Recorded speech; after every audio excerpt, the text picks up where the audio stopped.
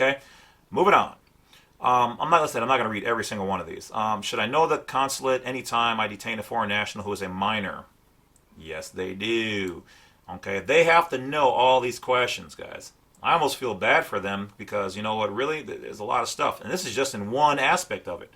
So when you sit here and you think a cop knows every single law and how to answer every single question, no.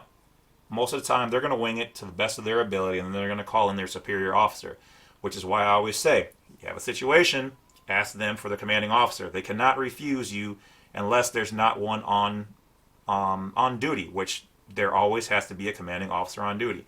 So unless he's busy, you need to be able to have that. And if not, you say, well, I'm willing to wait. If they don't want to wait and they want to drop the ticket or situation, that's on them. I had a cop do that a long time ago. Got another call, dropped mine because he had to go somewhere else. This isn't worth it. This is more important. You have the right to wait there until you have either proper representation, access to a lawyer, or talk to their commanding officer. Now, here's the shimmy sham though. If they don't have one out in the field, there's definitely one at the police station. Guess where they're going to take you because you wanted to speak to a commanding officer.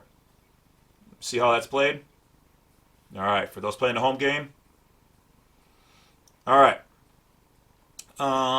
So let's see here. This one, if a law enforcement officer of a foreign national's government are helping our investigation, should I still go through the process of notifying the counselors? So for me, I would be the law enforcement officer of my micronation. I'm all that and then some. But in general, here they're telling you that they can work with those people who are consular officers, officers of different nations, and whatnot.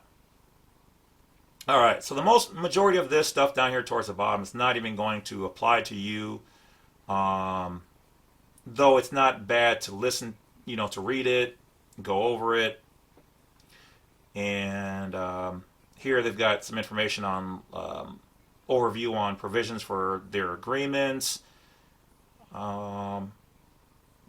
suggested statements to detain foreign nationals, notification fact sheets, and consular identification cards. So if you go down to these pages, which I'm not going to do right now, they basically they have their sheets. So in case you don't speak Arabic, Burmese, Cantonese, Chinese, Hebrew, Greek, whatever else, they can hand you this file and say, hey, you're being detained just so you know because of these reasons, which usually have to be pretty serious because they don't have jurisdiction. But they can, if you're in something serious, they can detain you because you've done damage probably to a U.S. national or private property, or I should say U.S. citizen, U.S. property, things of that nature. Okay? And then they're going to show you what their consular identification cards are for. All right? Or what they look like. So that is really about it, guys. All your information, all your questions are answered in here. So for anybody who's ever wanted to know what's up with, traveling as a U.S. national, a foreign national, it's all in these this packet. Okay, who to contact, their information. Hell, these guys even got a Twitter website. They got a Facebook, email. I mailed them a letter recently on if there's an updated version of this form, and to kind of back up the letter. So I'm waiting to hear back from them. I guess I could have just emailed them, but it's whatever. Okay, so we'll let here. We'll go up and kind of take a peek.